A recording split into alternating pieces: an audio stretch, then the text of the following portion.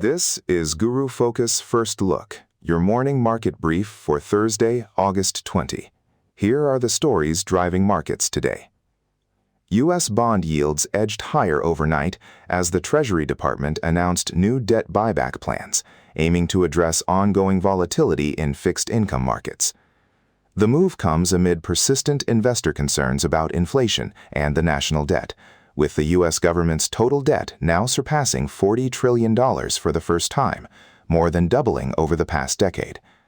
Analysts caution that recent bond market movements are signaling potential economic headwinds.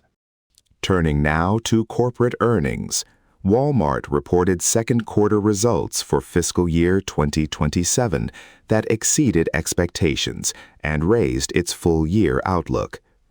The company also announced it will use a significant tariff refund to maintain low prices for consumers.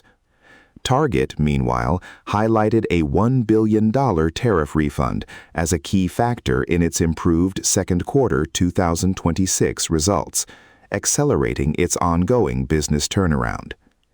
Another story we're watching is Meta Platforms, which faces heightened legal risks as whistleblower testimony leads a landmark trial. The company could face potential liabilities reaching $1.4 trillion, underscoring the scale of scrutiny on its business practices. On the regulatory front, minutes from the Federal Reserve's July meeting show officials remain open to further interest rate hikes if inflation does not subside, reflecting continued concerns about price stability. Despite a strong labor market, U.S. consumer sentiment remains subdued as wage growth continues to lag behind inflation, impacting household purchasing power. Meanwhile, in international news, Xu Jiayin, founder of China Evergrande Group, has been sentenced to life in prison by a Chinese court. The ruling follows the property developer's collapse and highlights ongoing challenges in China's real estate sector. Staying with global markets, Asian shares advanced overnight, led by South Korea's Kospi Index, which jumped nearly 6%.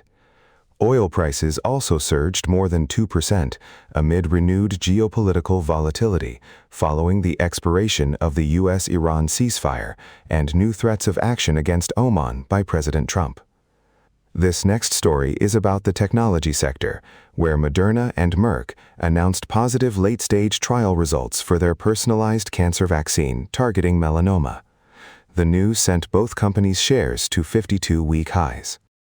Also making news, Amazon announced plans to expand its drone delivery service to 500 U.S. neighborhoods by the end of 2026, with a goal of reaching 1 million deliveries this year.